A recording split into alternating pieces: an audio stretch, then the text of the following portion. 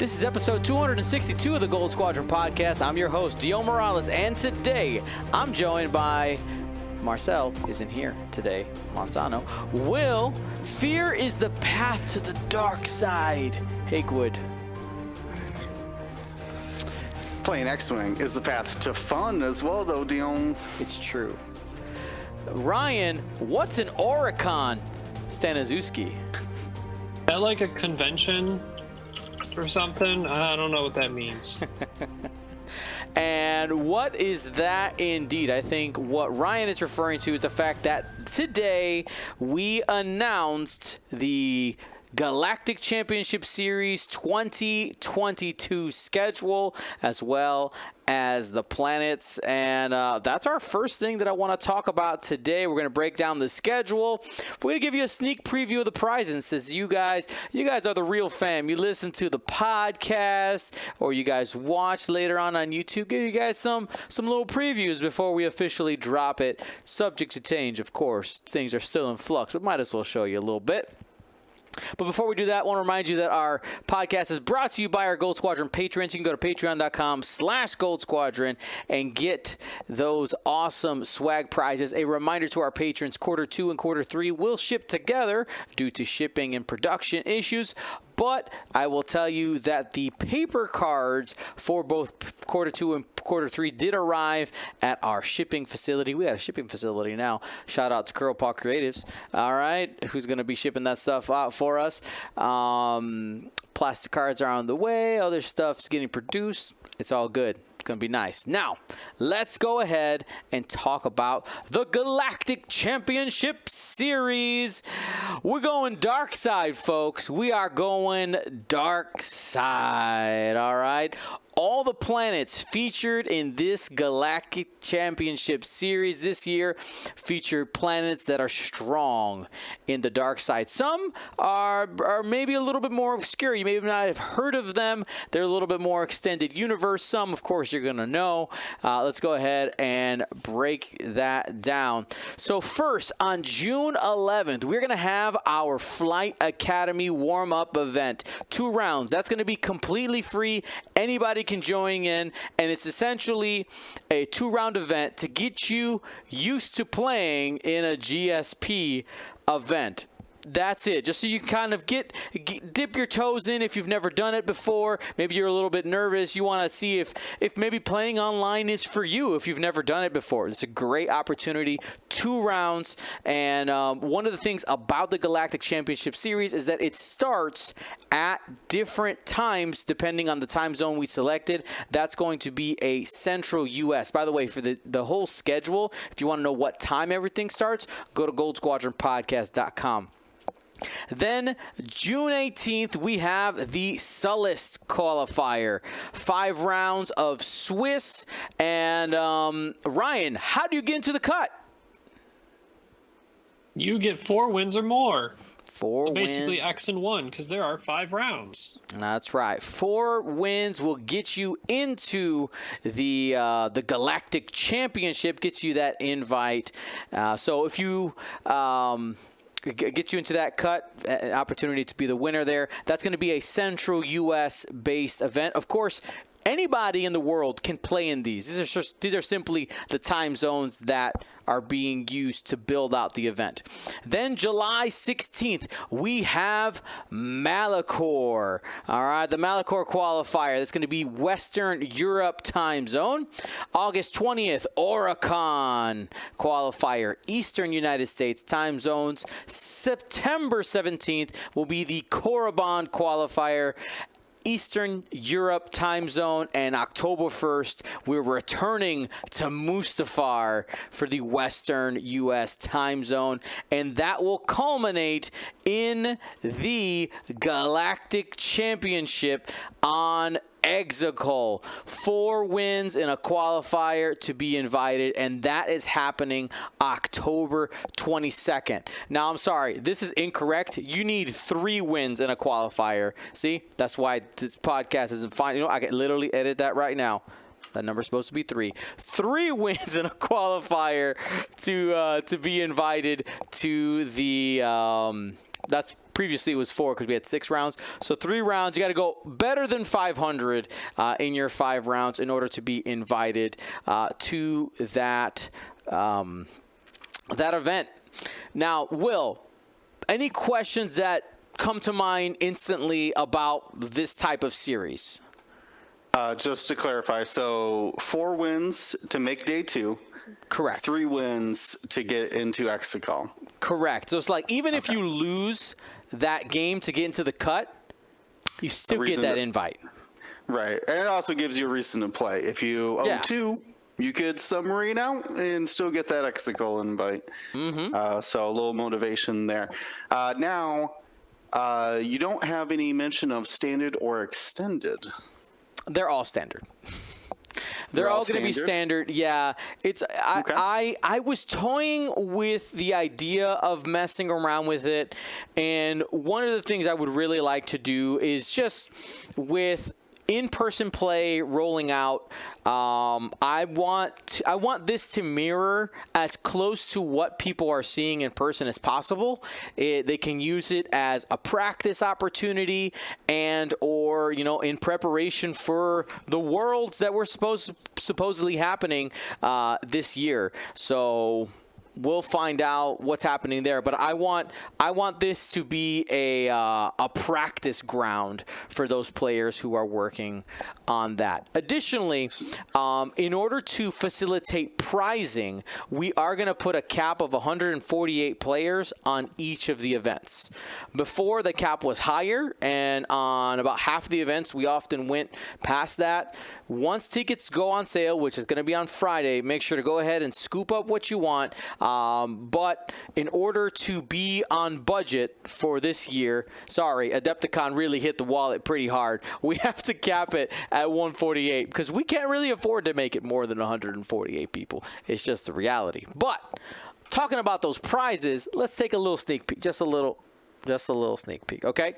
So, first, just for being a part of the series, you are going to get a set of 3 cards. They're double-sided, and each one is going to feature one of the pilots of the winning squad. All right, so I'm calling it the Hero of Solace, the Hero of Malachor, etc. Those cards, those will be actual, cards. Those are just kind of placeholders for now so that you have the idea. But every single person gets a full set of those cards. It's going to be three cards, and they're double-sided. Then, in every qualifier that you play in, this is very different because one of the things I went for this time is more guaranteed prizes. Is really what I was trying to go for. So every single person, when you sign up for a qualifier, you are guaranteed the pin for that qualifier. You don't have, before it was like top 64, basically like the top half. Now, everybody gets the pin no matter what. This year, the pins are going to be gold. Like you'll have the color and it'll be outlined in gold is the idea there. Same thing with the faction pins. It'll have half of Exegol, half of their of the symbol there. Those are going to be gold as well. And like we said before, 3 wins gets you into the Battle of Exegol. Just for making the top cut, you're going to be getting a set of 5 acrylic Sith Holocron Force tokens. They're super cool. They'll have your standard purple-red on both sides. Top 4, you are going to be getting these red lightsaber-inspired templates. They're going to be a nice frosted red. We got some lightning a la Palpatine. And if we enhance real quick there, you can see that's Palpatine's throne right there. That's the emblem for this season. And of course, the winner is walking away with their plaque. When it comes to the championship event, as of right now, everybody, just like we said, Exegol pin, guaranteed just for getting it. You're also going to be getting, we don't have the art yet, which is why it's a black square, a breach pilot to commemorate to honor the 2021 champion, Alex Mogensen. He's going to be getting a card commemorated to him, a little tip of the hat.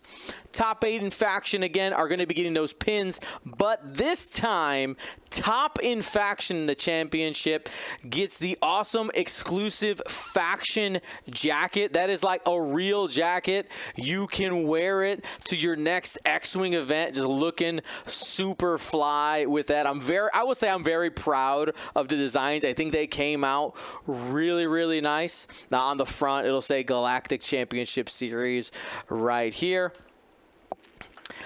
Top 32, if you guys remember, it is time to reincarnate the Flight Club. If you were in the top 32 of the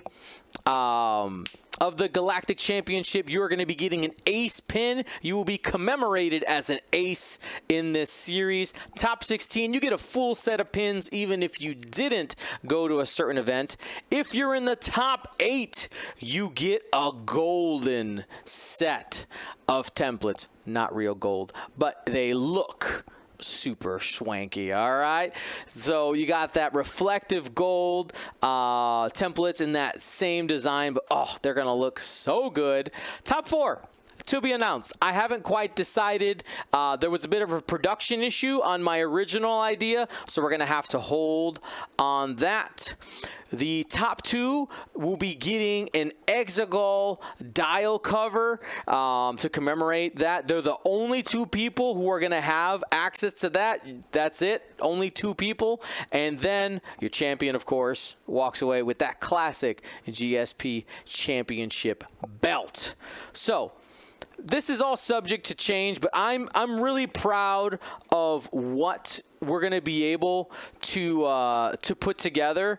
You know, like there's less qualifiers because I'm not sure what the demand is, right? So we did 2 years of events that were really, really successful, but people are playing in person now. So I didn't want to go. I'm gonna be honest. I'm going conservative, and if we blow it out.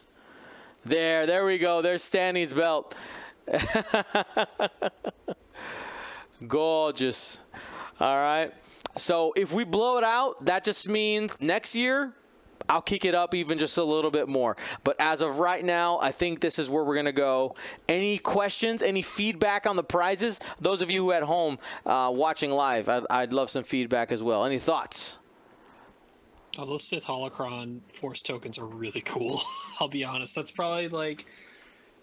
Because, like, templates look great. I have a lot of templates, though. Yeah. Like, a varying event types. So, like, I don't know how often they'll actually get used, but, man, I would use those Force Holocron tokens. Those are super cool. Awesome. Just got to make the cut. Yeah. In one qualifier? Actually, you know what I wonder? So... I mean, you probably already have something in mind for the top 4, but maybe you can do something else that uses the Sith Holocron.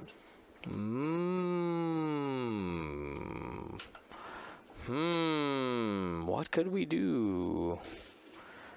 I'll note to self. Ooh, I don't, that sounds like too much production probably, but like, what if you had a Sith Holocron? Because, you know, it sometimes is like its own little puzzle thing, but actually was like a round counter.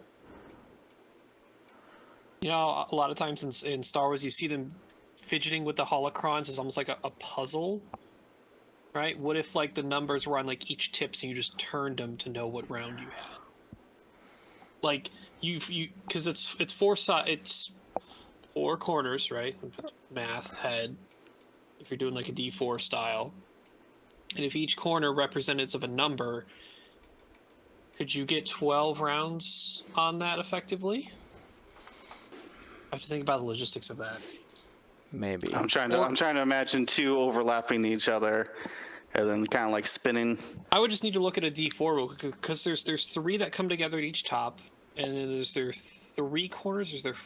There's got to be 4 because there's the 2D 4. There's 12. There's 4 on a die. I don't know how I'd get a 3D object though. That's the kicker. Though that's a going with a Sith holocron thingamajig could be cool. Or Something. Throne. I don't know. Throne charges? Holocron That Force is on my charges? list. I will tell you, I have the design set aside and put into a couple of different things. These are all cool. I like it. But hopefully you guys like it. Been busting my brain over here trying to come up with some cool stuff. So yeah, we will see. Okay.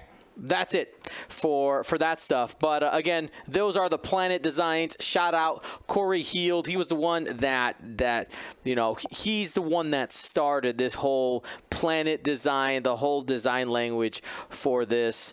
And shout out to him for that. So it would be super awesome. Prizes will officially get posted probably on Thursday. So, though you guys already know what's coming, and the tickets should be on sale Friday, GoldSquadronPodcast.com. So, take a look at that. Now, we got some new spoilers, if I'm not mistaken. We do. Let's go ahead and hit those. What's our first one there, Will? All right. This is IG-101.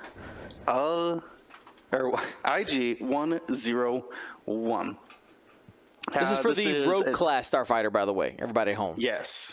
This is the Rogue class starfighter. This Magna droid is Initiative 4. Has the networked calculations in addition to its calculate to boost, calculate to roll, evade to roll, white lock, and red boost. Got that 2 dice primary, 2 agility, 5 hull, and 2 shields. But this one, though, in particular, the Tenacious Bodyguard has the ability at the start of the system phase. You may repair 1 face-up damage card. Now, if I'm not mistaken, 101 was General Grievous's bodyguards in Revenge of the Sith, and this one should have been the one Obi-Wan beheaded, and was still turned around to keep fighting them. If you remember, Obi-Wan and Anakin fought individual Magna Guards there. With 5 hull and hull upgrades flying around a lot right now for loadouts, that could be very good. Plus, this one doesn't designate ship or pilot, which a lot of abilities like this do reference. You can only fix ship crits. So you'd be able to fix things like, what are the unfixable ones? Stunned pilot. You can't normally fix ever unless you have a fancy ability. Structural damage, yeah. Damaged engine. A lot of the ship ones as well, exactly. So very interesting. I still don't quite know about network calculations on these guys, but with the white evade could be very useful. I think it's a little bit better than the Dead to Rights for the faction that they're going to end up being in. Yeah. I think it'll be a little bit more useful. Yeah, I've been going... While it has obviously the higher chance to be useful because of network calculations within the CIS faction, I think the Separatists right now have a difficult time putting ships together with network calculations without feeling like they're behind the ball against some other faction builds and potentials. So we'll see. It opens it up for that's happening. If maybe they realign some stuff and CIS has a little bit new options at lower costs, and we'll see how these rogues end up. Well, it does open them up to take independent calculations as their modification, which could alleviate some of that, like just taking a single calculate. I hadn't even thought of that. Yeah, assuming they have a mod slot. You'd think they would. I personally think, I don't know if this would break anything immediately, but I come to the thought recently is anything that could that has network calculations, that has the option to take independent calculations, should be given 2 mod slots. Just because, I mean, we got the loadout, and it feels pretty bad kind of to choose between, do I want hull upgrade or independent calculations? I don't know how much it hurts to have both. And also, if you have independent, you can't do any of the linked actions off these things. So there is a trade-off for sure. Well, it's not that you can't do them, but... Well, yeah, so if you wanted to calculate, you can't. Sure. In that turn, whatever you're deciding on. Right. But yeah, pretty interesting.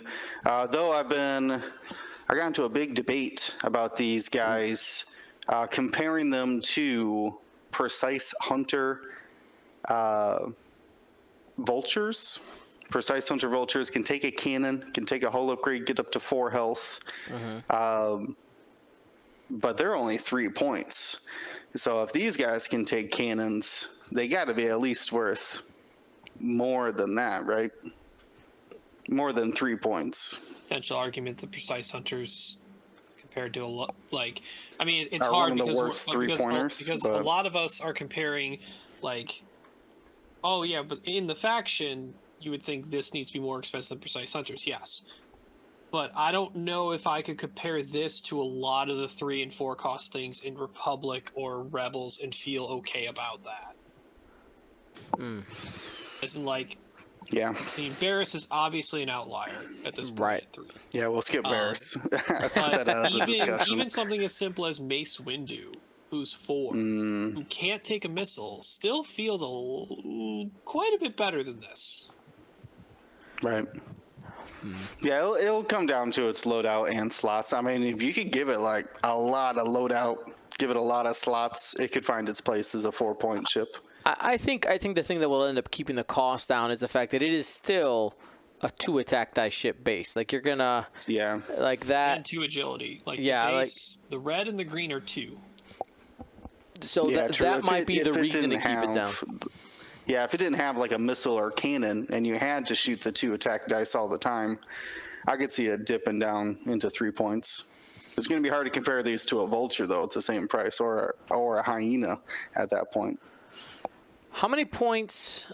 I know I usually don't like comparing across faction, but in M3, I'm just curious. How many points is an M3A? M3As are 4 points across the board. Commonly 4, unless you get to like Sarasu, I think it's 5. Sarasu and Genesis Red, the ones that can take Genesis proton Red torpedoes. Like 20 plus points of those are the proton torpedo carriers. Yeah. Okay. Or high initiative kind of situation. This is basically like this chassis here, minus it's just comparing the stat line. It's a T-70 if its wings are closed the entire time, but didn't get the bullseye. Right. Sad. Yeah, defensively, like 2-on-7 is great. Like that is what a lot of ships strive for in that 4-point range. But most of them have 3 attack dice, or a way to get it at least. Way, right? So there's Kai and Jakers Tubbs who are currently 4 cost T-70s that have native 3 attack dice that actually have about 6 to 8 loadout value at 4. If this is at 4, its loadout's got to be like pretty high, I think. Yeah, 10, 15. I mean, yeah, same thing with like X-Wings and Rebels. A lot of 4-point X-Wings. You can just slap a hull upgrade to, get a similar defensive stat line. I mean, man, you got Thane Kyrell who can outmaneuver at I-5. I do like outmaneuver Thane. Yeah, I've come to like that a lot as well. You can send that echo back to the beginning of 2nd edition and see what reaction you get. Like, well, you guys are running outmaneuver Thane? Go back in time, play these lists and be like, what is this? You don't know what's coming. Anyway, all right, that's one of those rogue class that's coming our way. Here we go, 102. Take it, Ryan. All right, IG 102, the dueling droid, also I4. Same network calculation, same stat line, same action bar with the calculate instead of the focus that we've seen from the rogues in the past. of the ability. While you defend, if the attacker's initiative is equal to or greater than yours, so I4 and above, you may change one blank result to an eyeball. It's actually pretty solid defensive ability, whether you network calculated or if you have taken independent calculations. This could be a pretty durable ship. I mean, I would, okay. Pretty sure the math supports me on this. This ability is better than putting heroic on a T-70. And I know you people out there love your heroics in resistance. But this will guarantee you more health saved than a heroic on any ship. Not that that says much to people who know the math, but the feels, I understand. This ability is going to save you a lot. Even if it's just on initiatives higher, we see I4s and higher pretty consistently being played. And the attacks that are the most dangerous tend to be from that higher. The attacks of anything I3 or lower aren't... I mean, not that they won't do damage, but they're not generally super threatening. I like it. And this defensive ability also puts it, like, I like the subtitle, Dueling Droid. Like, it puts it defensively on par versus the 3 attack dice ships that it's likely to be facing off against, commonly against a lot of the other factions. I really like this ability. I'm a fan. Yeah, I'm wondering if there's some goofy swarm tactics sit down to like 0 or 1. Is that, Ryan, you're more... Who's got a talent slot? I mean, you could do that. CIS. What in CIS has a low initiative talent slot? That's a good question. I don't know of anything. I'll get back What? to you. Maybe a 3? 3, 2. The Seer? Nope, Seer doesn't have one. 3, 4. Bureaucrat's going the wrong way. Yeah. Gorgle. Does Gorgle have a talent? Gorgle goes down to 2. Yeah, I do. Oh, there we go. We're getting there. I don't know if a 4-cost Gorgle is worth that. I'll be honest. I actually think it wouldn't. If I were to put another 2-cost ship in the Separatist faction, I think Gorgle at 2 with no loadout is probably fine. For a 2-point ship? Yep. He's I2. He's a Nantex that gets no upgrades. Because of E0. Yeah, if you're lining up bullseyes on... Contrail can be 2. Gorgle can be 2. Granted, Contrail might not be 2 for that long if things change, but... Soon, a few weeks. Derek can be 2, Gorgle can be 2. Well, Derek shouldn't be 2 either, but I see what you're saying. Yeah. There's plenty of other 2s that I think are better at 2 that would get anyway. Get some Nantex out there at least. They could use the help, CIS. Well, Nantex not named Sunfuck. Well, I mean, Sunfuck's doing just fine, apparently. Hey, okay, him and his buddy Grievous, they're on vacation together, just having a good time. All right, the third one in the mix here, we got IG-111, the One Eye. After you perform an attack that missed, you may choose one enemy ship in your bullseye and gain 1 deplete token. If you do, that ship suffers 1 hit damage. So this is like a worse Tyranny ability. Just a little bit. You have to take a deplete, and you have to have missed, but it is a nice consolation prize to guarantee damage. Now, you might get people out there going like, all right, I'm going to target lock so that I miss. Like if you're in bullseye and you need to guarantee damage on something that's high agility, take a target lock and re-roll those hits. Or you could look into stuff that provides a bonus attack, likely on that ship that might only come from Snapshot if this ship can get a talent slot. True that. I don't think it's going to get a turret with a gunner, nor is it... No. What else we have is clusters. Cluster missiles and fail safe. That might be possible. Yeah, actually, this is my vote for the 3-pointer one. 3 points, real low loadout. He's only I1. This guy could be the one that sneaks in. Makes a good point. Would clusters and munition failsafe work together? Do you actually miss Yeah. when you munition failsafe, cancel. or do you cancel the attack? Like, how does that actually word and work? After you roll dice, attack dice, you can cancel your attack dice, not the actual attack. So you would technically miss. I missed. I have no attack dice versus all of your agility.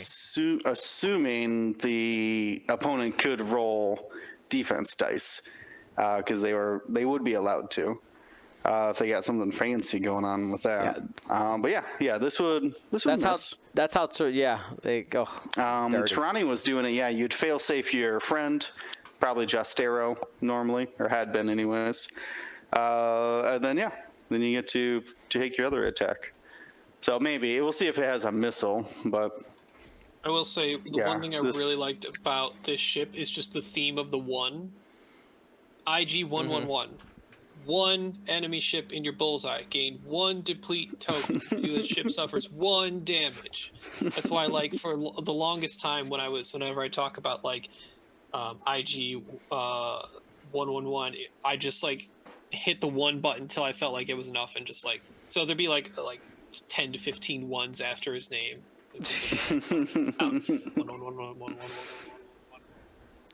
That's right. All right. So that's what we got on the Separatist side, and in that Rogue class Starfighter pack.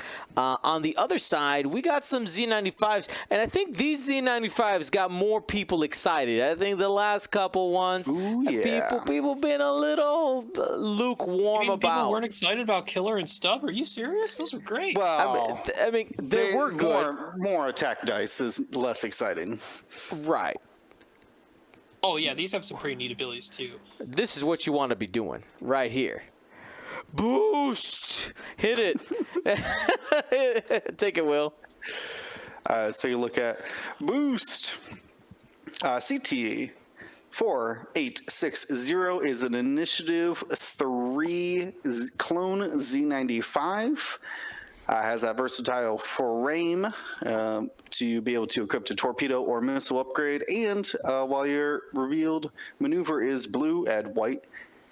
Boost to your action bar, but Boost don't need no versatile frame boost, because at the start of the engagement phase, if there is a friendly ship at range 0 to 1 whose revealed maneuver is blue, you may perform a boost action.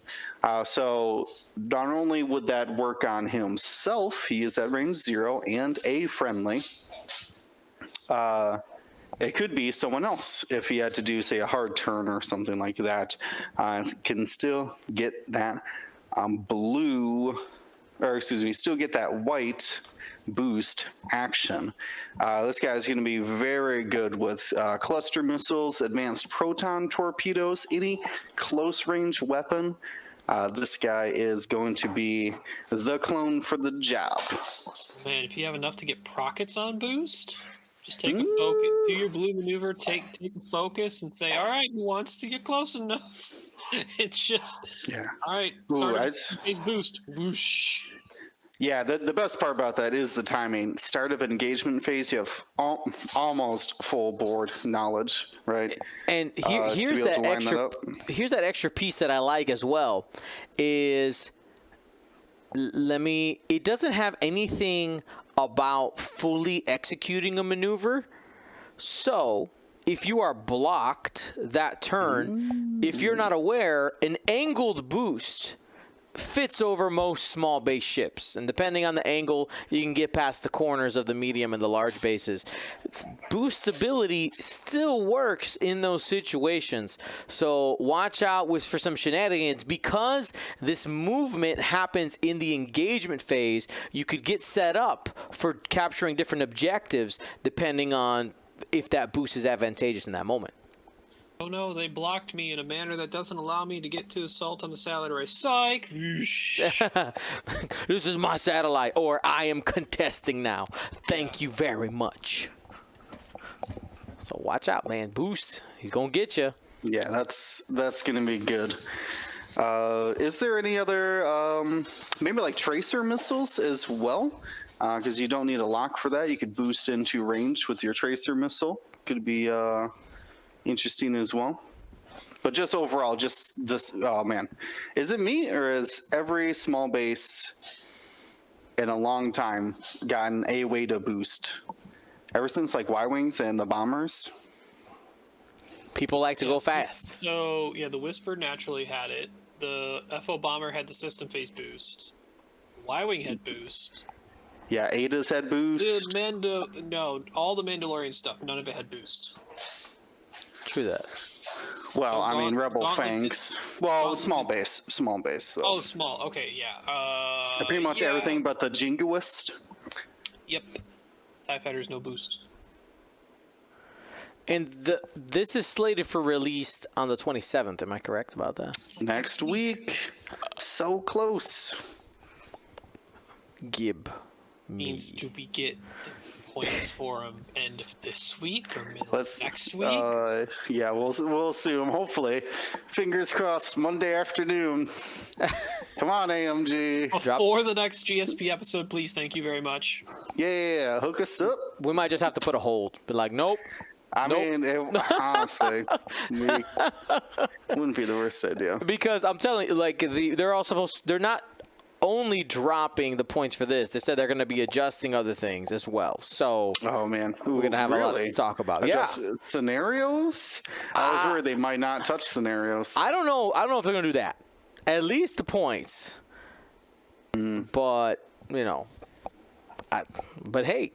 If they're releasing stuff, why not more than that? By the way, AMG, can you reply to an email? I would love to stream Gen Con. Thanks. Yeah, Dion, how many years straight have you been streaming Gen Con? 4. Yeah. Minus the 2 COVID ones. Let's make it 5.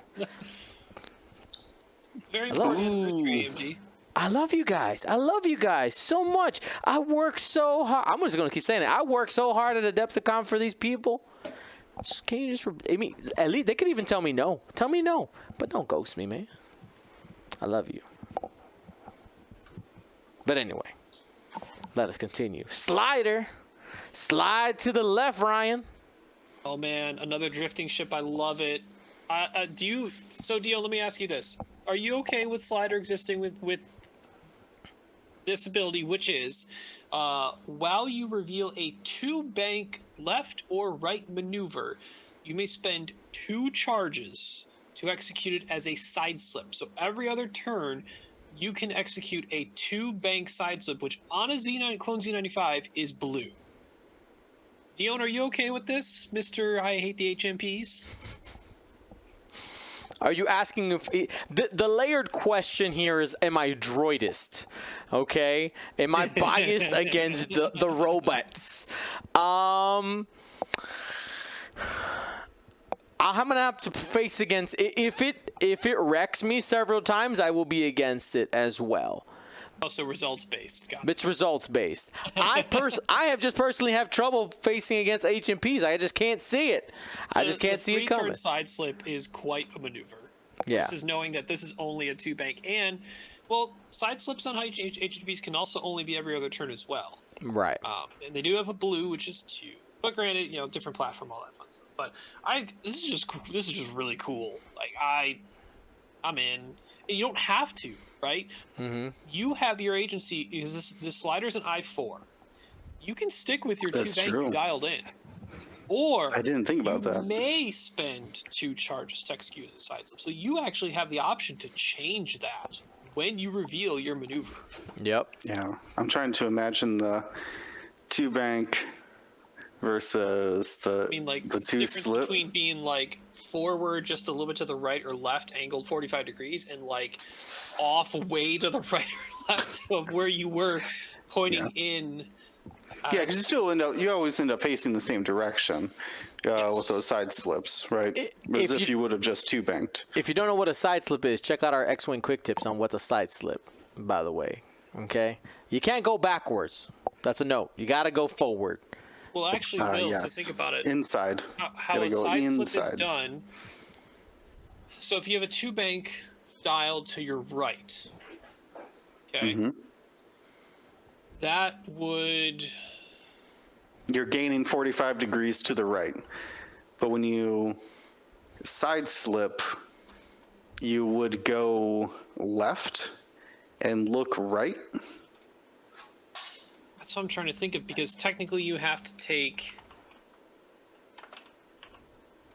Yeah, because you can't take that to right bank template and put it on the right of your ship, because it would only go backwards, right? Because you can't flip it like Echo does. So you actually would take a 2 bank to the right and align it with your left side and go to the Right. left. It's But you weird, would still but- look the same direction, though. You would end up looking the same direction, correct? Okay. How Okay. it works. But yeah, your right slide slip is on the left of the base. Yep, but your 45-degree direction point would be the same. Yeah, that's going to confuse a lot of people, but yeah, I'm mentally in on it, right? Like if you dial right bank, your ship will turn right 45 degrees. I actually wonder it moves. if you were to. I feel like geometrically, if I'm looking at Dion's pictures, he's showing up right now. Sorry for the audio listeners, but Dion has a picture up right now of his side slip quick tips, I believe. Dion, Yep. video. I'd be curious if you.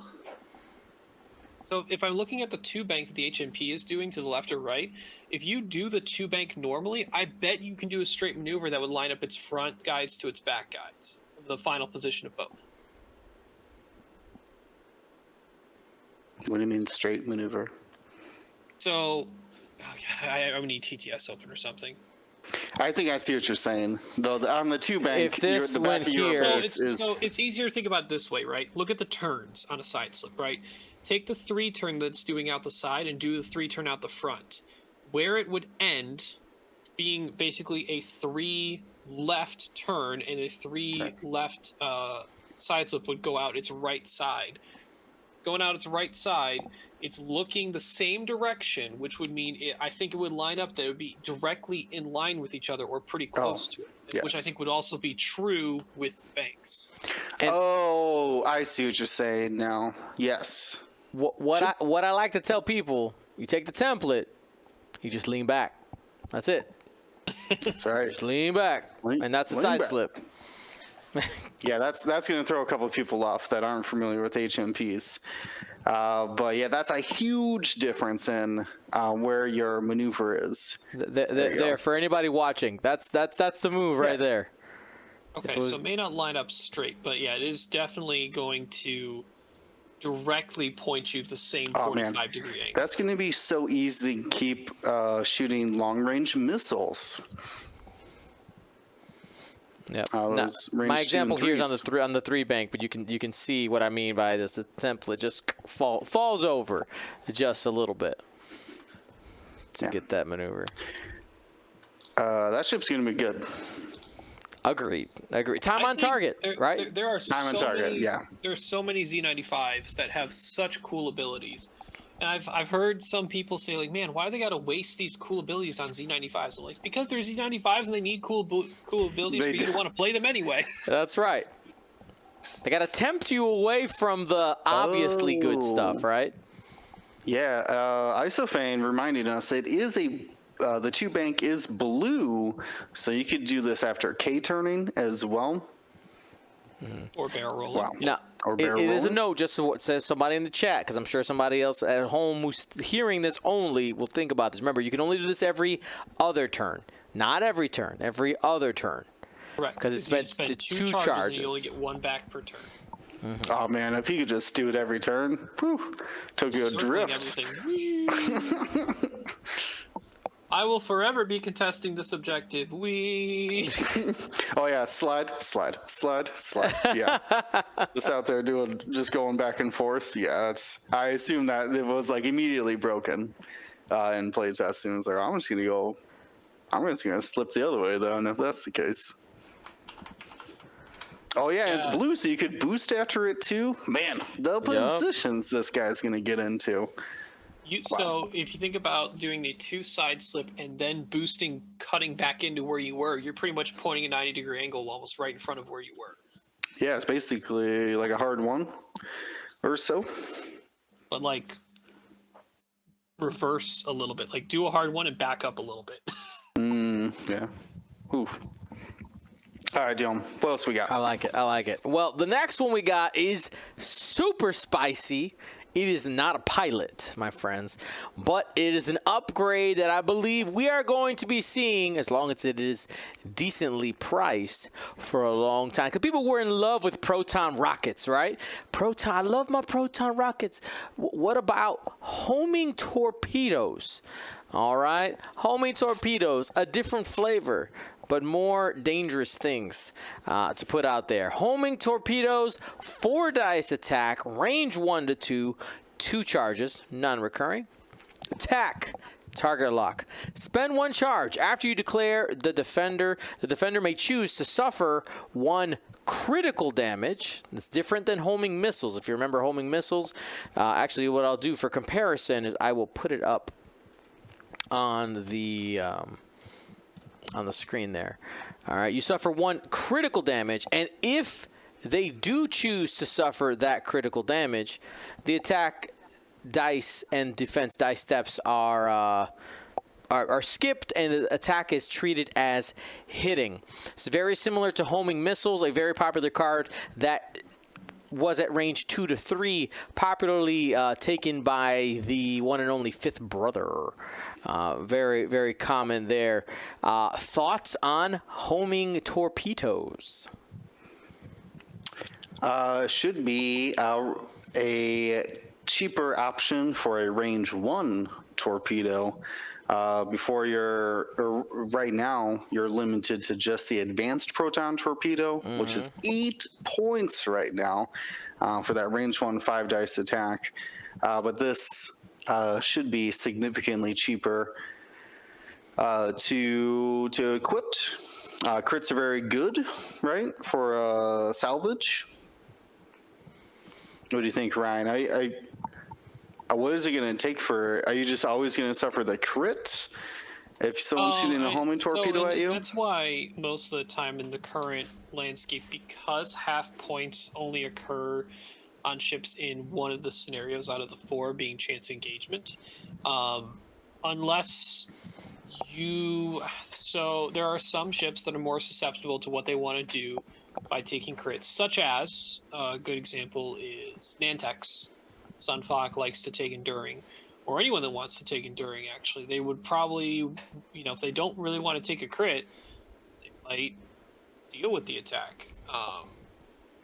But this definitely could see more play than homing missile right now, since homing missile is only a singular damage. Granted, is range 2 to 3. There's a much, not only distance forward band, but also just surface area coverage. The range 3 band is bigger than the range 1 band. It's like 3 times as big. Yeah, it's gigantic. Significantly bigger. So having this one only being range 1 to 2 does limit it a little bit further in that regard. But it was, I think it was mentioned in a couple places, similar to Proton Cannon. This upgrade card was accidentally shown in the first round of the PDFs shown for the 2.5 list building structure and points. And at the time, this was listed at 5 points, same as homing missile.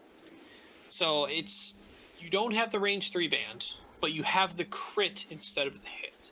Right. I feel like that's a good trade-off. Whether they're both worth 4 or 5 points right now, I don't know. Like I said, homing missile definitely doesn't feel great right now, when a lot of things will just opt into taking the singular damage, because it's going to be rare that 1 regular damage is going to do much, which is why, for example, I don't take seismic charges that much anymore. They just do 1 damage. An obstacle's gone. There's been a lot more lists that have opted for small obstacles in the game. Whether it is an effect of people not wanting to get hit by Sabine seismic charges that are trajectory simulated, or just in general flying more ships that they don't want to have obstacles in the way on top of trying to get to objectives. So in the case of the homing effect, I mean, you got to get a lock. Low initiative doesn't like that, so that narrows generally where you want this to be put in a list to somewhat higher initiative. And then this is only range 1 to 2. Cluster missiles is one of the few. Is cluster missile the only 1 to 2? Multi-missile Yes. pod is actually, but that's like a 180. Rip. Yeah, nobody uses still that. Not great. But I think that's definitely a big limiter. Is the 1 to 2. Granted, because of objectives, you can guess people are more likely to exist in a certain space. So this has the better capability than advanced proton torpedoes, for example, to say, I'm going to take a lock, I'm going to be here. And if you're also here, you get to choose between a defensive action or doing the objective action. And if it's salvage, you're like, well, I guess I'm not picking up that box because I'm locked by this, unless I'm like super hyper defensive and they only have a lock and I just don't believe in them actually getting a hit on me. Because this naturally on its 4-die result won't guarantee a crit. It's only if they cancel it for the gear. Right. And again, what Ryan's referring to there, salvage mission, if you suffer critical damage and you have one of those, the salvage cargo on you, you lose it. It is jettisoned if you suffer critical damage. Yeah, this is very interesting to me. I mean, specifically for the Z95s, we have synchronized console, where you could actually line up a couple of these homing torpedoes to fire off, and if they just take the crit, you just throw the lock to the next guy and see if they want to take that crit too. But what I'm thinking of is double tapping B-wings, who normally have to rely on maybe like fire control system or a pilot ability to modify their first attack. They just get a free damage, can spend their lock and follow up with a cannon as well. Does the first attack need to be primary, or does it just say attack in general? Nope, says attack. A cannon has to be a different cannon is the thing. So you can't do like ion for your double taps. But no, I've been shooting ion torpedoes followed up with auto blasters. So I could see this as a similar replacement for that. Who else really is looking for it stabilized? Yeah. Who else is like the proton torpedo carriers here? We said M3As, but they're pretty bad right now. Anything that could actually take Mando optics and has torp slots. Sabine A-Wing, maybe. Sabine A-Wing, yeah. Sabine A-Wing has so many loadout points. Well, she could do anything she wants, honestly. Like, you could go homing torpedo, and it'd be funny to do double homing. A little unnecessary. Probably but, unnecessary, yeah. Guaranteed damage or 4-dice attacks. Guaranteed crit. Yeah. Attacks. Maybe like bombers, FO bombers could get in on this. I think most of them like kept boosting. their missiles. I think Imperial bombers would like this if they were illegal. If they Would were you just AMG? Where's our Lambda bomber box? Come on. I was gonna say, yeah, that's there's a short last of the list movie of stuff in ships. extended that I would want in standard, and it includes the the TIE bomber at the top and Lambda second behind. Movie ships, come on. They're the last Are of we the missing any movie other movie ships Nope. in extended right now? Oh, the Star Fortress. Okay, fair enough. That one I feel like needs a real rework. Like, it needs a ship ability. It's really It needs a weird. config, yeah, to really fix it.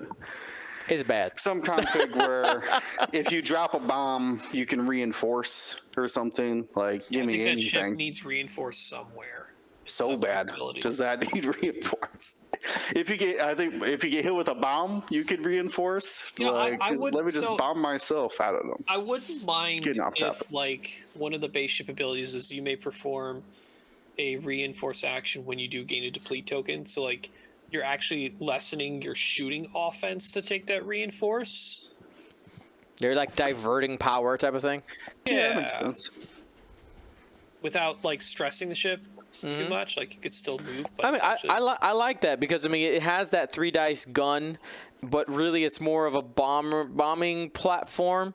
If you're bringing it for a bombing platform, it gets to survive a little longer, drop more bombs, rather than out there slinging 3 dice, which we know hasn't worked for it. It has 3 dice and a 2 dice turret. It hasn't worked for it.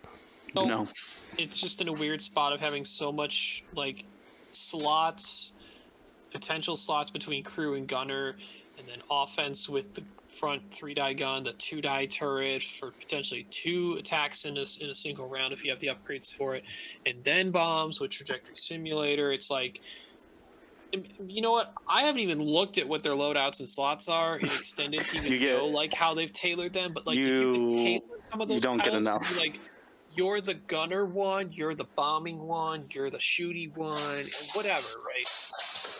Actually, Tommy made a good recommendation that I've heard before. It's basically the Resistance Bomber's ship ability should just be Trajectory Simulator. No one else gets Trajectory Simulator in the entire game. Banned. Ban it. I mean that's what it was. A ship it was like inspired by. Right. Well, no, Captain Nim. Oh yeah, you're right. The old Skurg. Remember the good times? shooting The bomblets. That's the other movie one we need. Get the big get Oh, back yeah. in. Upsilon. That's true. Tabs in. Yeah. I'm okay How not much does seeing he Tabs. cost, Tabs in right now? I didn't even He's like look. 8. He's pretty serious. Really? He's a real ship, yeah. Wow. He costs money now. Alrighty, so those are the reveals that we had. Thank you, AMG, for dropping those the day after we broadcasted. Thank you, super sweet. But hey, we got to them eventually. Now, last week, what we did for the first time were some list head-to-heads, and we got a lot of really positive feedback about the segment. So we're gonna go ahead and we're gonna hit you with a couple of those to finish off our show for the day. So we're again taking a look at matchups from the current Kyber Cup. Shout out to our fam at Hexile Gaming putting on that league style tournament right now, and looks like we're going to be taking a look at Ryan Staniszewski versus Nate Blair.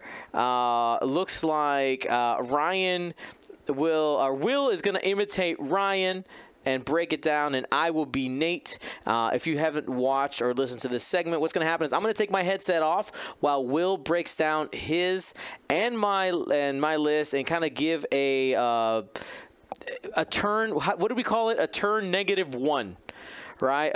What are your thoughts going into the matchup? Table assessment. Like, you know, you're holding all your X-Wing stuff, and you get to the table, and then you see your opponent set down their list, and you gotta start making assessments quick. Okay, so we'll go ahead. We'll position some things here. So let's actually break down the list first before I run away here. So Will, what is Ryan's list? Ryan is flying Major Von Reg in the First Order Interceptor. He's got Outmaneuver, Daredevil, Afterburners, Hull Upgrade, Ember in that same First Order Interceptor with Predator, Fanatical, Hull Upgrade, Dread, which is the bomber with the biggest loadout. At Initiative 4, I'm pretty sure. Or no, sorry. Dread's the I3 reload and give out depletes guy, but still has Electro Shaft missiles, Skilled Bombardier for a 2 bank and 4 forward chaff missile drops, and proxy mines. Then Grudge, the other 4-point bomber. Who's got that rerolls on bombs or mines, enduring, electro shaft, skilled bombardier, proxy mines, and delayed fuses. And rounding out the list is Lieutenant Revis, 2 points, gets free locks, AFO fighter. What about you, Dion? What's Nate running?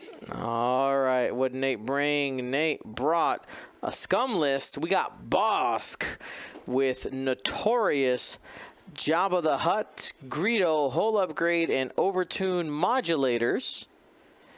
Sorry, one moment, please. Everything okay? 2, please. Oh, wait, no. Lies. 1. Tomorrow's tour. That's Chick-fil-A day. Sorry. Interruption there. I'm taking my students on tour tomorrow. We're going to Chick-fil-A. Devin needed to know if I needed 1 or 2 sandwiches tomorrow. Anyway. Back to it. Bosk with Notorious, Jabba the Hutt, Greedo, Hull Upgrade, and Overtune modulators in order to replicate that Overtune modulators with Jabba the Hutt. Gomet Key with Enduring Protectorate Gleb for the Coordinate. Manaru because it's super cheap and is pretty awesome. With BT1, Contraband Cybernetics, Punishing 1, and R5P8. Cad Soulless. Spicy in that Fang Fighter with Hull Upgrade only, and then Ahav because it's cheap and it's 2 points. All right, Will, you can go ahead and start breaking it down. I'll take my headset off. Give me a wave when y'all are ready. Okay, so first assessment of the enemy. 2 of their ships have a lot of hull. That's Manaru and Bosk. Bosk is going to be their triple calculated, reinforced, and or locked with that Gaumont key combination. He's just going to have so many modifiers. So CAD is going to be difficult to fight at range 1 as we do not have any turrets or anything as far as our primaries, though CAD and Ahav and Gaumont key can be susceptible to a good proxy miner. So let me try to think here. So does have the electro shaft clouds. I know, Ryan, you really like those and use them to great effect. So that could be a great way to start disabling some of these mods. Cad Solus's focus, Manaru's focus as well. And then even jam off some tokens from Bosk and prevent him from locking. Ryan, remind me, they've changed them now to where it's a stress, 50-50 stress, or are they the exact same? It's a jam token. It's 50-50 stress, so on a hit or crit, the ship receives a stress. And while they are on it, they cannot be locked or take locks. And actually going through it, they lose all locks they have or that are on them. So they break the locks. Okay. Okay. So yeah, that's going to be great tech to just throw out in front of Bosk and make sure that he's got to hit him a couple times because you can't use overtuned if you're stressed. But I guess you could just stop right in front of him. But at least it would give you some protection. I think that's going to be one of the greatest tools I'm going to try to line up then is really disrupt as many ships as possible with those and then try to get those proxy mines on. Probably CAD. Even with that hull upgrade, he's still very susceptible to it. Von Reg and Ember could probably just gun down Gaumont without too much problem. And that's where I would be very tricky. Major Von Reg is going to be deployed on the opposite side of Bosk, anywhere away from Bosk, who is going to tear up my low initiative ships here. Dread, Grudge, and Revis all coming in under initiative 4. But I think for me, focus in, disrupt as much as possible with the bombers. That's going to be their job. Get Major Von Reg on the flank, get him behind Bosk if possible, or at least behind Manaru, and start being able to do some real damage there.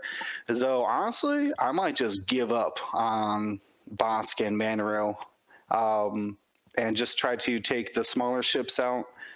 Gamet, Cad, and Ahav while we're going for objectives. We didn't mention the objectives.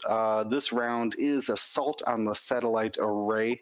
So no actions. You just have to be on the objective, which I think I'm going to spread them out. With those large bases, I don't want them holding more than one objective at a time. So I'm going to try to spread out the objectives I place as much as possible. Leave Revis, I guess, just like lingering to cover mine in the beginning. Then, yeah, try to get Von Reg in there. He's the heavy hitter. I've played a lot of Ember, and if you just let that ship just strain, focus, lock every round, like, it's going to be putting out damage. You kind of have to threaten it at some point. But with that high initiative, he's going to be my greatest tool, I think. Coming in there, taking out Gamet Key, try to get him out first if possible. And like I said, I might just ignore Bosk. That's going to be hard to do, but like, man. He's got a hull upgrade too. Jeez. 13 health, probably reinforcing. That's not even... I'm not even going to start on that, to be honest with you. Literally anything but working him. Especially with Notorious. No reason to shoot at Bosk in this list. So, yeah. It's going to be an objective game, though. Because we are only going to be able to realistically get 9 points if I don't kill Manaru or Bosk. So... we'll see. We'll see. I mean, Cad and Manor are about the same points rise, and probably the same defensiveness. So that's kind of like as the situation arises. Yeah. But yeah, assault's going to be bad for their large bases. So yeah, really trying to spread out that as much as possible, putting rocks in between objectives as well. To prevent them from sitting in between them, right? They'll have to avoid an obstacle and go around it if they want to try to claim 2 objectives at once. And hopefully, those bombers just don't explode. They last just long enough to get those proxy mines off.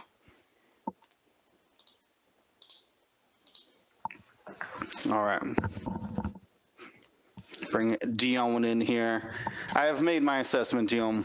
All right, and we did mention that it's assault on the satellite array this week, right? I did. All right, cool. Yeah. I talked a little bit about my objective strategies as well, but I'll leave you to it here. All right, so me as the scum person in this simulation, knowing that I'm playing assault on the satellite array, and I'm almost sure Will mentioned the fact that I have large base ships, right?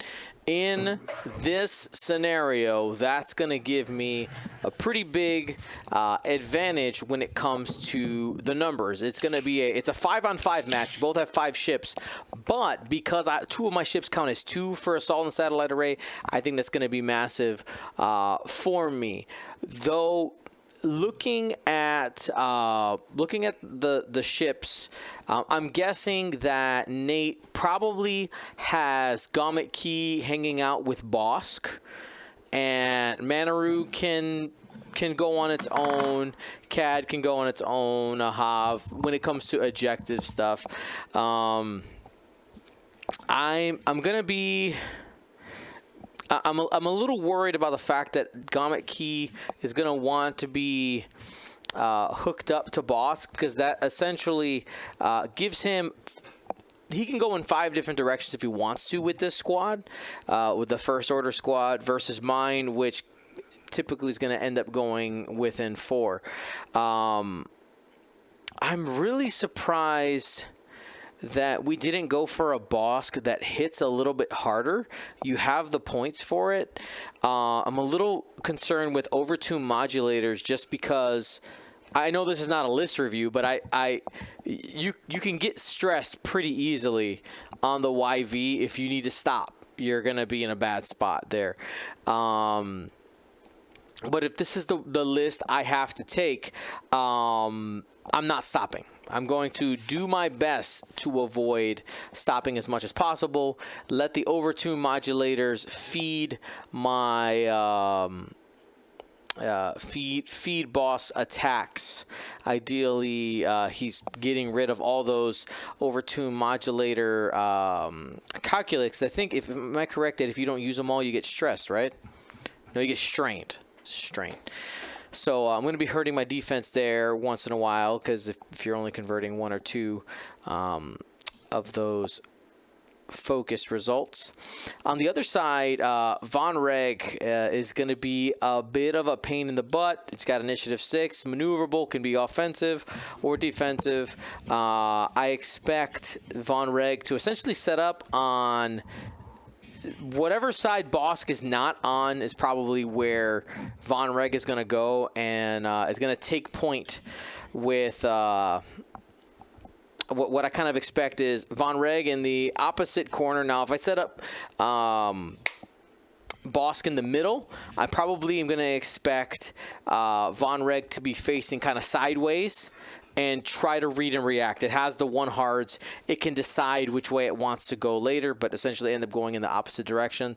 And a screen kind of set up with the TIE FO bombers as needed. As for setup on my side, looking at the other ones, I'm probably...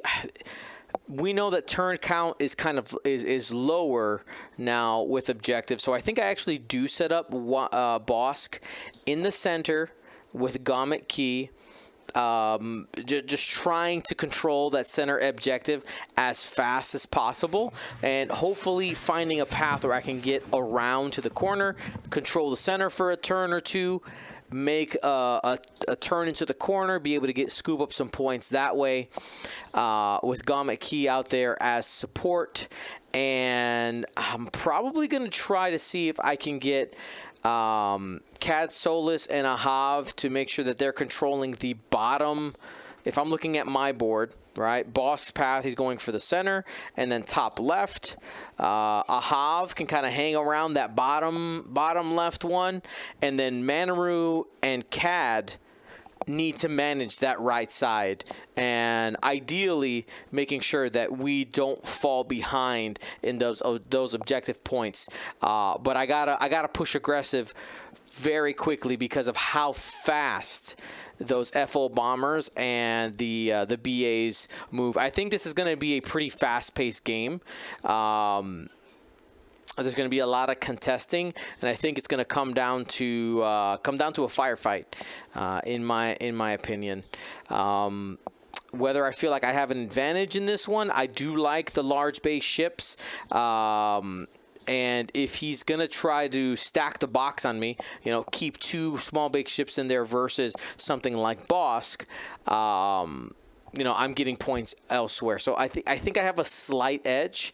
But if I lose Bosk or Manaru early, that's going to hurt. So I think I still have to keep Gomet Key close by Bosk and leverage that ability to keep Bosk alive as long as possible.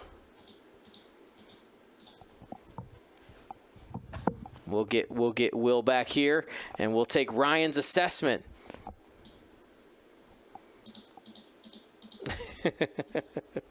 So Ryan, what was your assessment? So you both kind of pointed out a lot of the things I expected. As soon as Will ping him in Discord. Gotta pay attention to the thumbs. Anyway, yeah, no, you both pointed out kind of the big obvious things that we noticed so far, and that is that the Scumless does have the starting advantage of having 2 big base ships that both have 3 banks and 4 streets. It can go fast, and they can cover ground, and for Boss can also stop and go slow. So in that regard, having 2 big base ships that do take a while to defeat. Obviously, Boss could weather a ton if he wants to double reinforce, but I don't think he's going to need to do that often against me. because only more than half my list is only 2 die attacks. And the things that have 3 die attacks need to be really concerned if they want to fully mod their offense against Bosk, being the TIE BAs.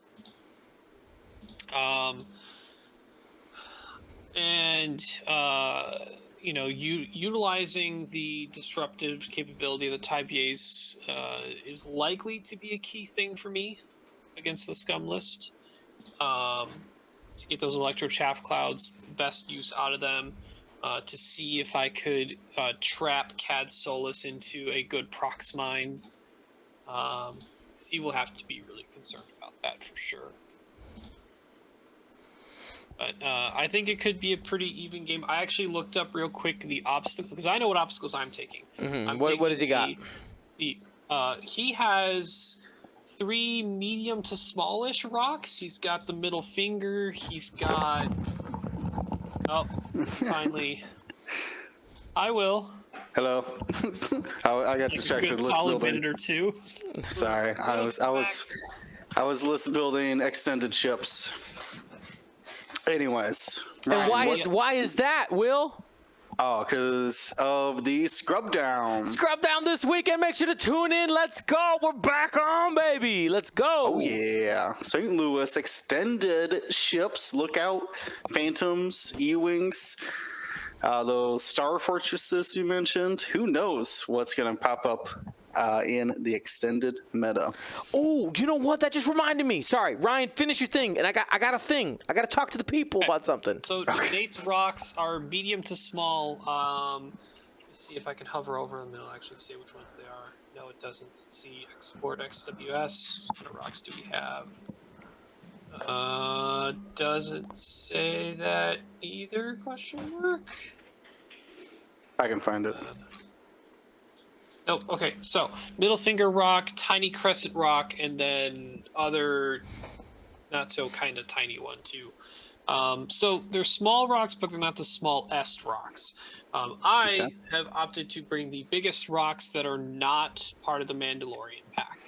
So I know there's still the 2 biggest asteroids in the normal original asteroid sets between the original core set and the 2.0 core set back before, like, those rocks. I don't even know what they come in now. I don't know which ones are available in which. And then the other is the medium-ish size one that used to be one of the biggest, instead of me trying to mix and match with the biggest new asteroid in the Mandalorian, which I probably should. Generally, I like having big obstacles so that my opponents have to try and figure out how to deal with spacing when I clutter up the board with that, electro chaff clouds, and prox mines. And I feel with the TIE BAs, they can find their way around if they need to. All right. So, the thing I forgot to talk about. Your excited thing. My excited thing. Okay, so I posted this on our Patreon only channel, and I'm gonna get it officially typed up. I know it just might look like a lot of chicken scratch to you guys, but this was me working on a schedule this weekend from now to November. If you listen to the first couple seconds of last week's podcast, my wife's having a baby in November. Super excited. Baby number 2. She's coming. What's her name? We don't know yet. We haven't decided. We'll figure it out soon. All right. So. Dates. The Galactic Championship dates on here. We got the Richmond Open, but essentially my goal is to do 2 events a month. All right, 2 events a month is kind of the new schedule I'm going with. As you guys know, we haven't been doing the weekly Saturdays. If you do the math, you realize that stopped around the time I found out my wife was pregnant. All right, and I was like, oh, this is not really going to work anymore, is it, with only 1 child? And the answer was no, not really. So making a bit of an adjustment. 2 events a month, though, is what we're going for. May, June, and you see in July, I have a spot open in July, and I want to travel somewhere. And I'm thinking either to a state that GSP's never been to, or a group that wants to throw a tournament somewhere that we can fly and or drive to. I think it could be a lot of fun. But what are your guys' thoughts on how we should figure this out? Should I like put a call out on Discord, or what do you think? I mean, if depends on who's running the events, I guess. Sure. Where haven't you gone? Okay, so if we I need a map. I need a map of the United States. Kansas? Have you been to? I have not been. Map of the United States. Images. Boom. Okay. You get that third grade geometry map out.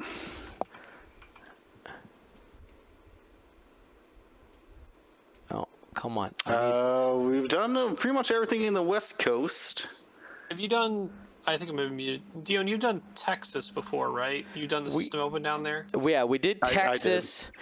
Let's see. Been in California. I knew Will did the Lone Star, but I had to think yeah. back to when Dion did Texas, because they're doing another Lone Star this summer. Yeah. Nice. I haven't been to, let's see, Idaho, Montana, Wyoming, Utah. We've been to Arizona. We haven't been to New Mexico. We haven't been to Florida for X-Wing. That'd just be convenient because my family's there. We're like, all right. I don't know if you want to go to Florida in July. Good luck.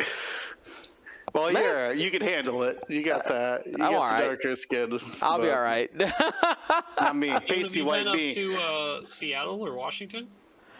Yeah, we did a system open up there. Yes, we did a system open in both. There was one in Portland and there was one in Seattle. There was both happened. Let's see. Oh, wait. Sac J7 says, I am in the process of setting up an Orlando tournament. Listen, if you... All right. Not even kidding. If you looked at my schedule, where's the Discord? Where's the Discord? Where's the button? Right here. If you do it July 9th and 10th, that weekend, I'll be there. Not even joking. He came out for Adepticon, and it meets my expectations. A state that we haven't done X-Wing from, tournament, get some people together, and I get to see my brother, sister. Probably my mom will be there back home by then, and my dad. Listen, that's a win. That might work out. Planning Phase Syndicate Showdown. He just said July 9th. All right, let's put it on the schedule. Let's go. All right, I just got to scribble it in. Hold on, my notebook's right here. Okay. So, sorry, Ryan. I got so excited. I don't even... What are we doing? We're still head-to-heads. Yeah, I think we're about ready to move on to the next head-to-head anyway. So I didn't hear you. What was your assessment, Ryan? Who do you think's got the better strategy? Oh, between you two specifically, Dion definitely talked more about the very specific position of where he wants his ships to be in the early game more than you did, Will. But granted, I think my list has more reactionary capability to adjust their position between the system phase boost of the bombers and how the TIE BAs move anyway. That it's not their position is irrelevant, but it can be reacted and shifted. Both of you definitely had said, like, yeah, Von Reg's going to go as far away from Bosk as possible. Which is likely true. Both talked about expecting Gambit to be around Bosk, which is very likely as well. What do I think would win between the two strategies? I don't know. It's really close, to be honest. Because the instant leg up is the two big base ships. Bosk is not easy to kill if you don't have a lot of 3-die attacks. So, I think both of you, or at least Will for sure, definitely discussed about how it could be a viable strategy to ignore Bosk or avoid him as much as possible and go after getting the kills on the other ships and let Bosk be to some degree limited by his movement because he doesn't have contraband. He can't stop twice. And I could, with my ship's speeds, I could choose to move past him and let him fly through and go other places and not have to worry about his shot, depending on where he ends up, since he has overtune and not contraband with Jabba. Which, when I first saw that, I was also slightly confused, as Dion mentioned as well. Not that overtune can't work, it's just if you put Jabba on there with Bosk, I fully expected contraband. No, with Gamma Key, reinforce, triple calculate, and then that's what you go into combat with, right? Yeah, you can do that round one. So, what I don't know if it matters though, because if you're taking Jabba with the loadout that you have or that was there, and you don't take Zam for 2 attacks, I don't really know the value of the calculate over just having a focus anyway. If you're because you can target lock. Yeah, but what I'm saying is Gamut can hold a focus and or reinforce. Oh, I see what you're saying.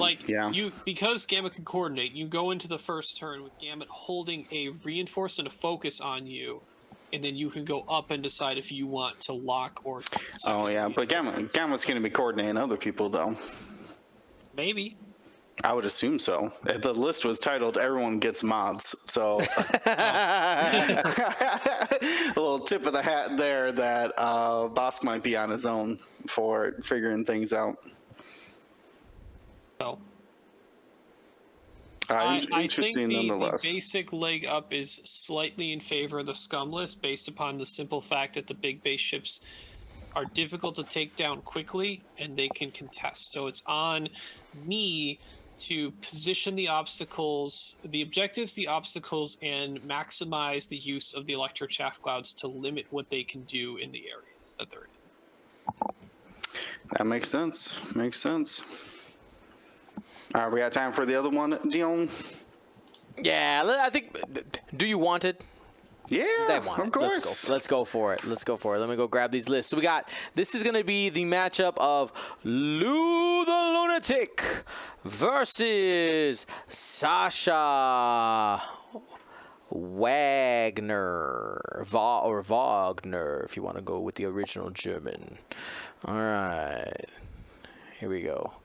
So this is Lou the Lunatic's list. We got another scum list. We're going to have some familiar pilots in this one.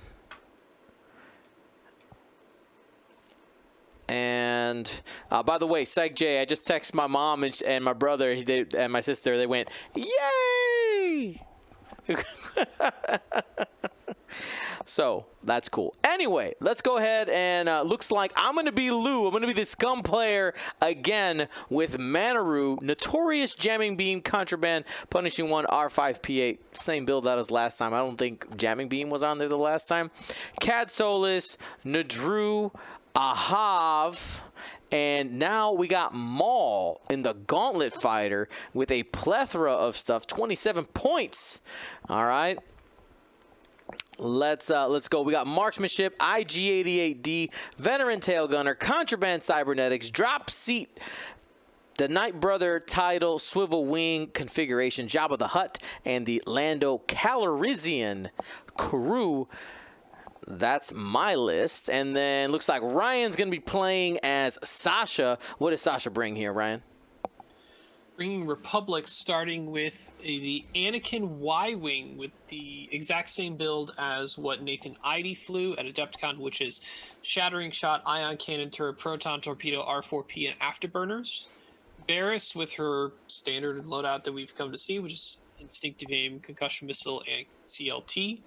Mace Windu with Shattering Shot, R4P, Brilliant Evasion, and CLT.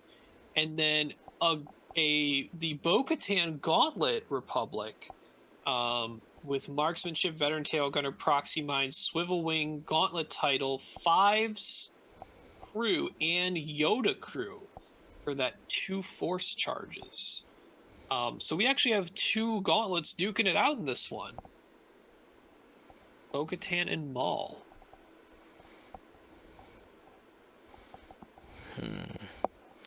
All right, let's give. I think Do you want a break? Yeah, you don't listen in. Get out of here.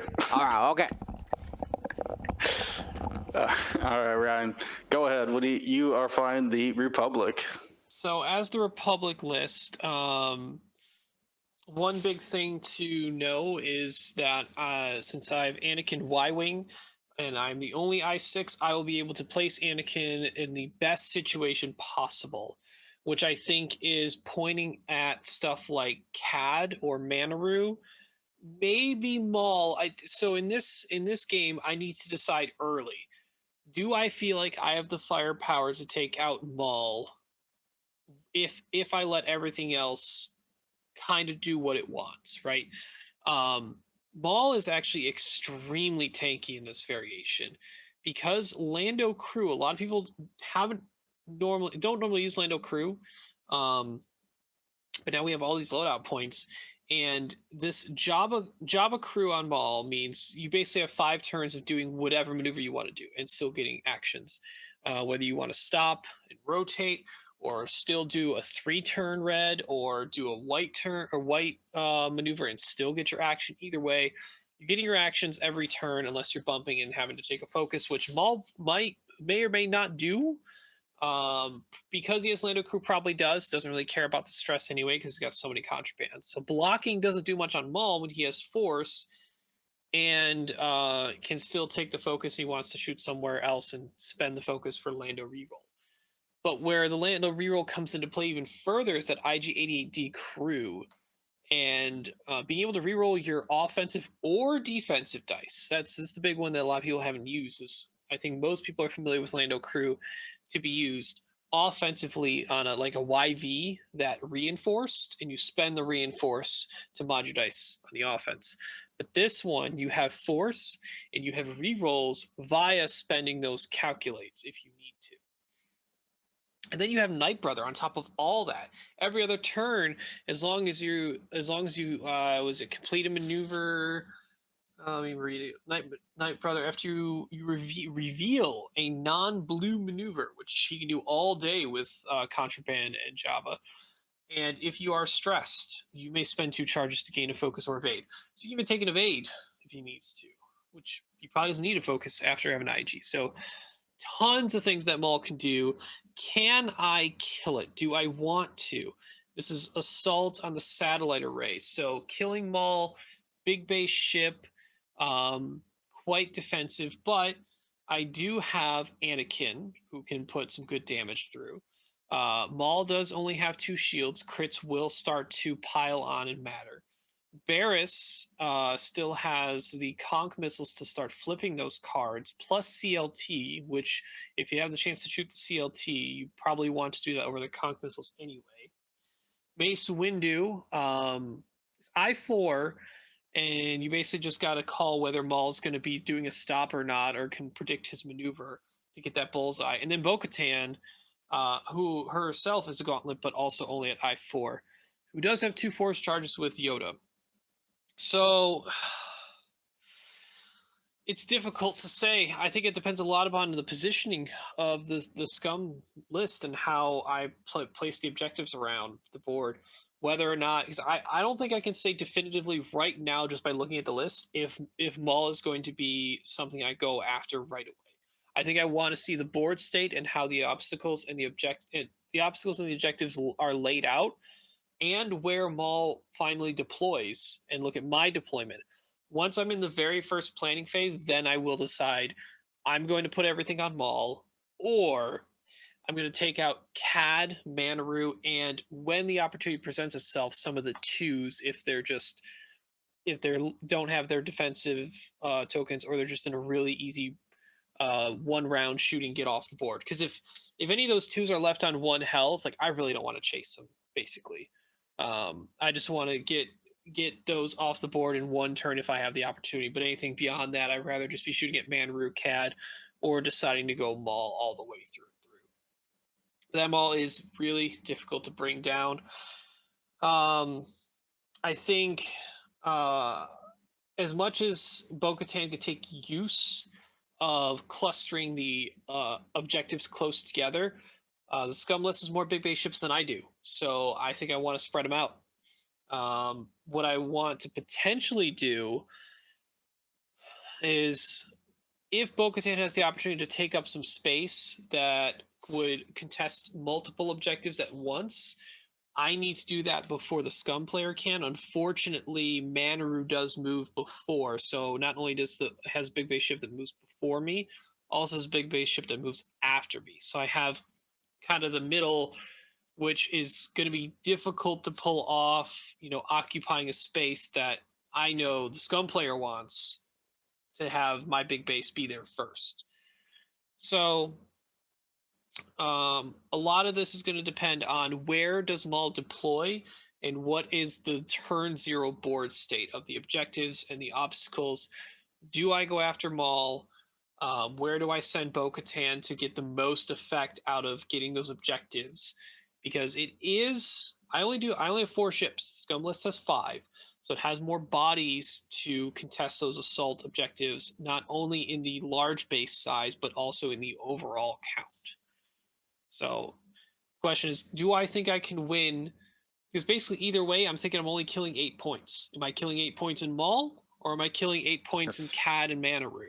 So when I make that decision, do I think I can win killing only 8 points, maybe with a conditional 2 with a Nindru or a Hav kill to get 10, so 8 to 10 points, and then say, can I get enough objective points to win the game after that? It's likely an uphill battle. That makes sense.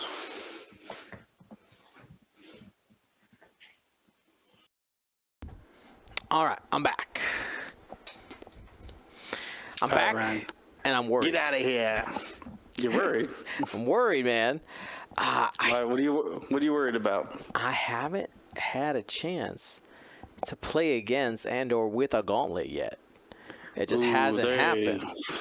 Imagine a U-wing, but less maneuverable.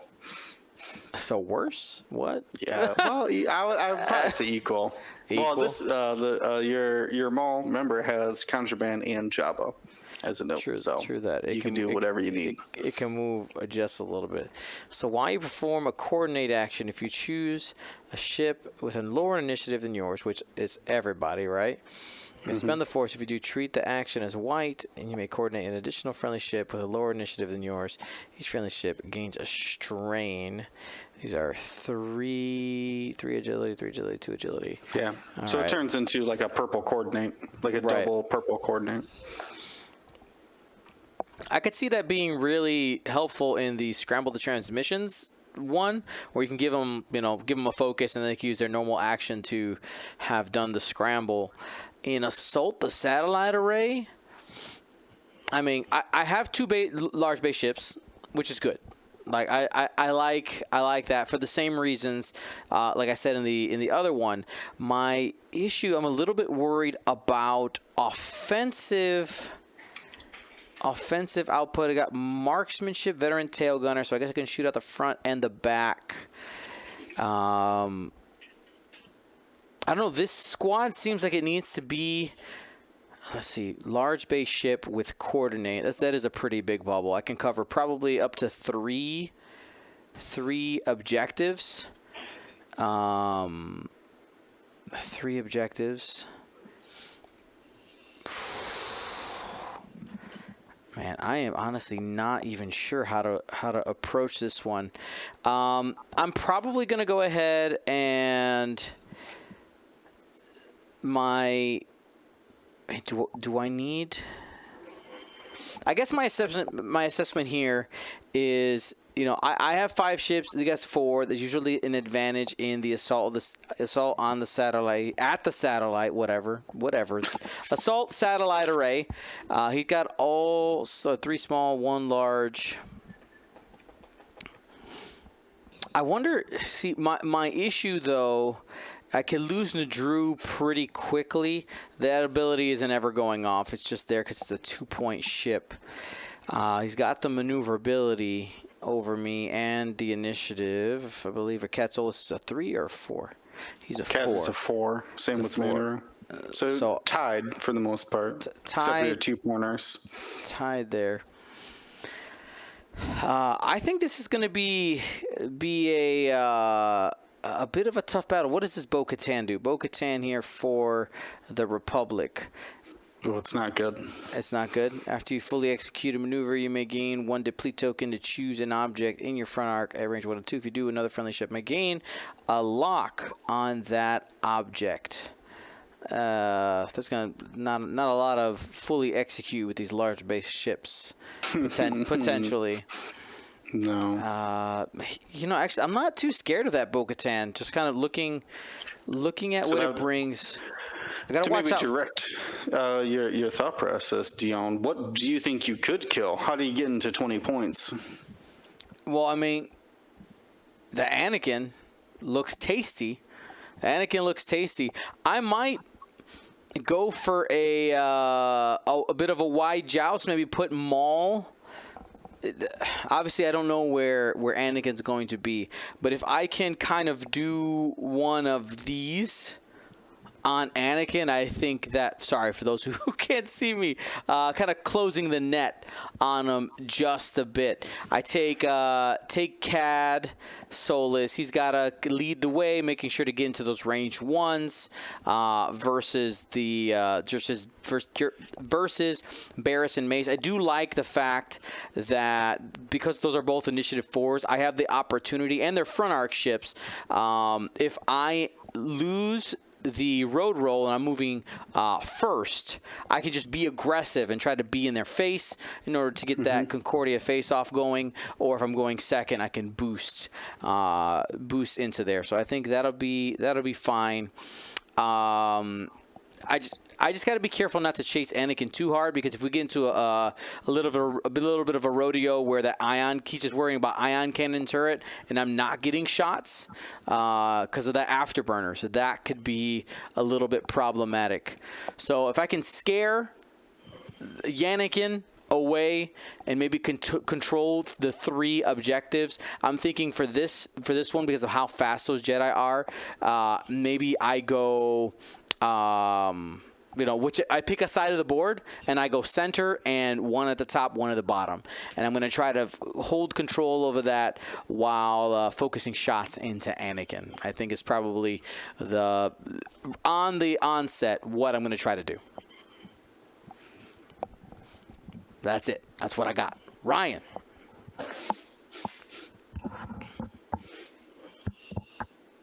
See, now he's the one not paying attention.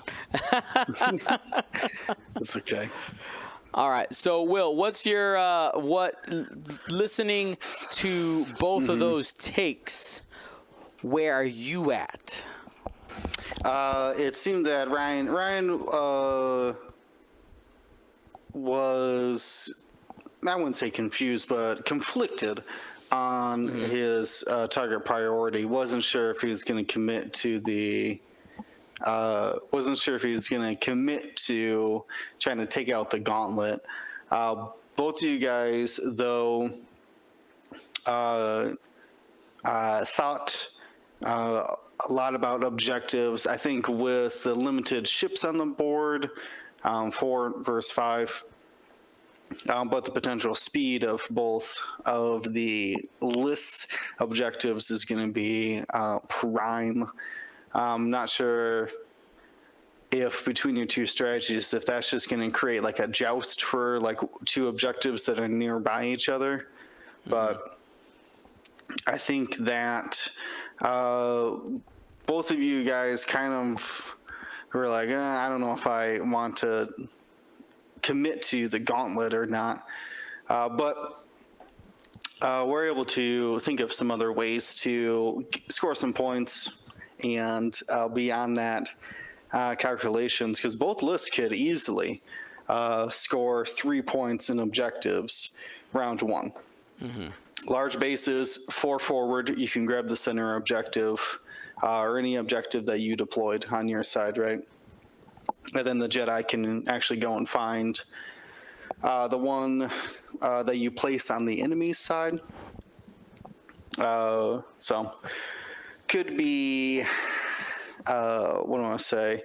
An interesting turn one.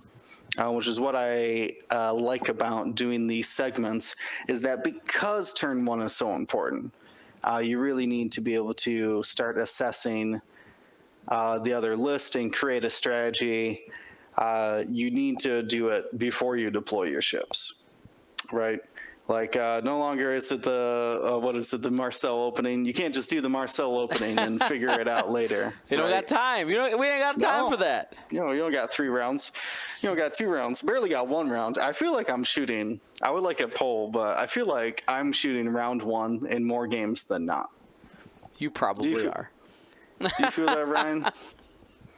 You got fast ships, though. I mean, I can't remember the last 2nd edition game where I was shooting round 1. Like, but you weren't shooting round 1. Is that what you mean? No, I mean, like, I don't know how I word it, but I'll rephrase. I don't remember the last time I shot in round 1 in 2.0. Oh, I see what you mean. Yeah, that wasn't a thing. You had to be a very specific list. Or have Han Solo or something out there to shoot round 1. No, it doesn't come up. Whereas now, like, I've killed multiple ships in round 1 before. There was definitely, I think it was a practice game against someone where I just, like, Von Reg did he didn't even do the fastest straight maneuver. I think he's like a 3 or 4 or something. Just something I could trigger afterburners if I really wanted to. But I didn't end up using afterburners. Like, I didn't really want to use it just to, like, get this jump on a Hob that I thought that just landed on a rock just to do an objective action. I think it was scramble. And I was like, I mean, I probably could shoot him, but to get opposition. Maybe if I just barrel roll and then do my regular boost, I'll get an outmaneuver. He can't shoot me. No one else can shoot me. And I just hit crit him, and he blanked. And I was like, okay. I'll take it.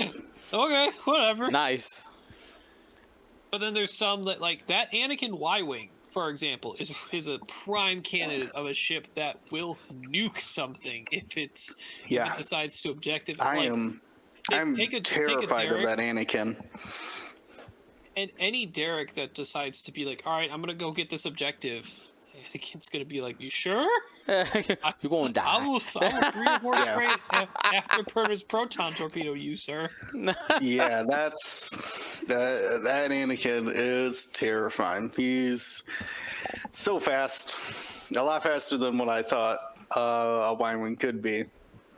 That R4P is a big deal. R4P and the afterburners, yeah. Not so much because this is assault, so people won't be wasting their actions.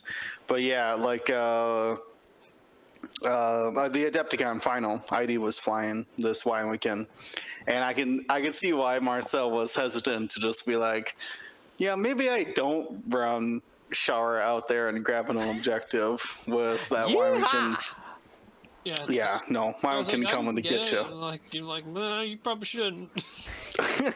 Yeah, maybe we don't. Yeah, good luck hiding behind an asteroid too with that shattering shot. Not gonna help you. Not safe. I went up against an Anakin recently that it was the last round of Kyber. He got a shattering shot off on my grudge and got all 5, and I was like, okay. It was a round where I was expecting his Anakin to land on a chaff, and he just barely got inside one of the nooks. And I was like, I wasn't expecting you to be able to lock it all this turn. This is not cool. And he used it for shattering shot as well. No, he could have with another ship, but he had more shots on grudge that turn. So there was an asteroid obstructing that. But yeah, no, he could have totally used that against me too. Terrifying. I don't know. Honestly, I kind of like Wyrican being good, but like, it's a scary ship. Every Anakin is a machine at killing stuff. If you think about it, as it should be. Yeah. I'm in on that. I know. People complain, they're like, oh, can we stop seeing Ahsoka, Anakin, and Obi-Wan in every Republic list? No, I would like to see that in every list, please. Maybe not every list. There are some clone lists, but yeah, I would like to see a better ratio of clone to Jedi.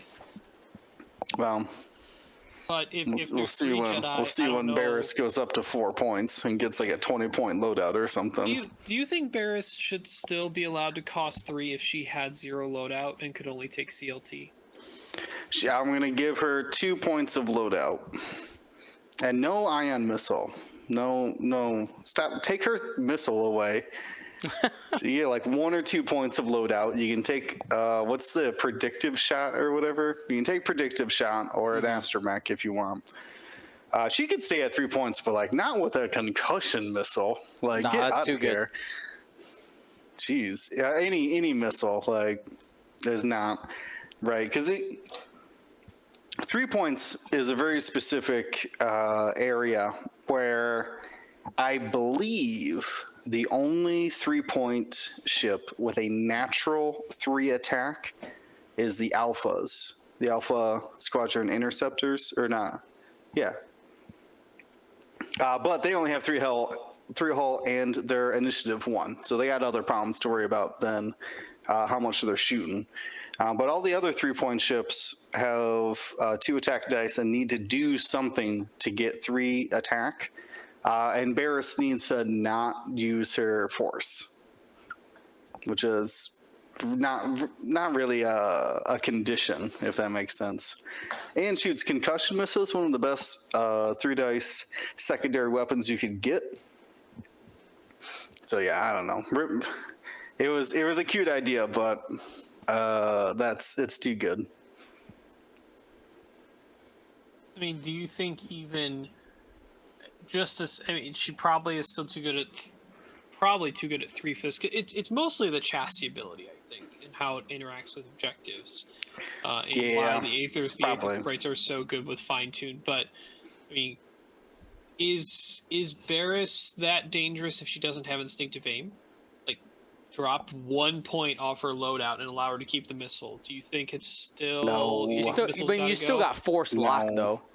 You still got double modified missile at 3 points is not. That's still way above the curve. Yeah, mostly just playing devil's advocate. I think she needs almost everything gone and just be. I think she'd still have value if she was CLT only Barris at 3. Yeah. Well, like I said, she'd be a great durable, fast objective ship. Most people peg objective ships as only 2 costs. I think Barris would be a worthwhile 3 cost objective ship. I agree. Yeah, I'm trying to think of because she comes in the it's assuming that they're trying to keep a 3-point Jedi in case you don't own a Naboo or a V-wing or something, right? Because torrents are all 4 these days. So like I understand that kind of thinking that you kind of need a 3-point ship, more 3-point ships, I guess. But yeah, rip everything off of her. She can get patience or something. Give her 2 points of loadout if she wants brilliant or something, or even just 1. Make her compassion or something. But yeah, it's too good. That Aether Sprite chassis, so good in objective play. I'm trying to think of somebody else who's got. Oh, I guess I've done it with Ember before, where I've taken the bear roll and then claimed in an objective that I shouldn't have been able to get. Got him. It works. All right. Well, hopefully you enjoyed that list head-to-head. Maybe it's something that we can just continue doing here on the podcast here to close out our shows. It's been a lot of fun. I like the head simming and just working on that turn -1. All right. You got to have a plan before you make a plan. All right. Well, thank you, everybody, for watching. As always, thank you to my brothers here, Ryan and Will, and Marcel. We love you. See you next week, buddy. For everybody at home, this Friday, get signed up for the Galactic Championship. And then on Saturday, tune in right here live on GSP for the Midwest Scrub Down. It's going to be some extended action. We're going to be live on the ground. And should be very fun. So thanks for watching, everybody. Be smart and stay safe. Gold Squadron out.